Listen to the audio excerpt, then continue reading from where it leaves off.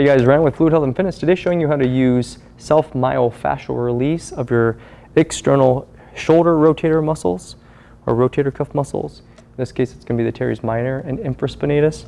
And you are going to use a lacrosse ball for this. For the anatomy, just know that the muscles attach on the surface of the scapula. You're on the back side of the body, underneath of the spine of the scapula, and they come over horizontally, attaching to the humeral head.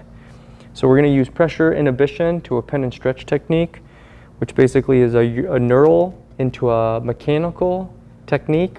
You're pressing on the tissue until the tissue complies and relaxes its stretch resistance, and then you're stretching the muscle underneath the pressure of the ball to help to break down any collagen cross bindings or anything that's going to obstruct that range of motion that's in the fascial tissue beds.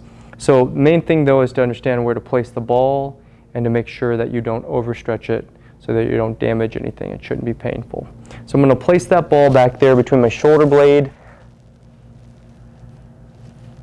and the actual rotators. And I can roll up and down and in and out a little bit just to get a sense of those two rotators. The infra is at the top, the teres minor is underneath. They're pretty sensitive, so I don't need to put a lot of pressure back there. But again, you're just compressing those muscles between the shoulder blade and the ball itself. And we're taking the slack out of the tissue. So I always want to start it soft. So I externally rotated my humerus open, pushed into the muscle and held it there. And we're just letting it sit there until we feel that initial stretch resistance calm down. So it's called a reactive stretch resistance. It's going to start to relax its stiffness. For me, my teres minor is really feeling this. So I'm just going to let it sit there. It'll soften, remember, no pain. To stretch through this, once it's relaxed, you're going to rotate your arm internally. So I'm taking my arm and I'm bringing the thumb behind the body. So I'm twisting it back.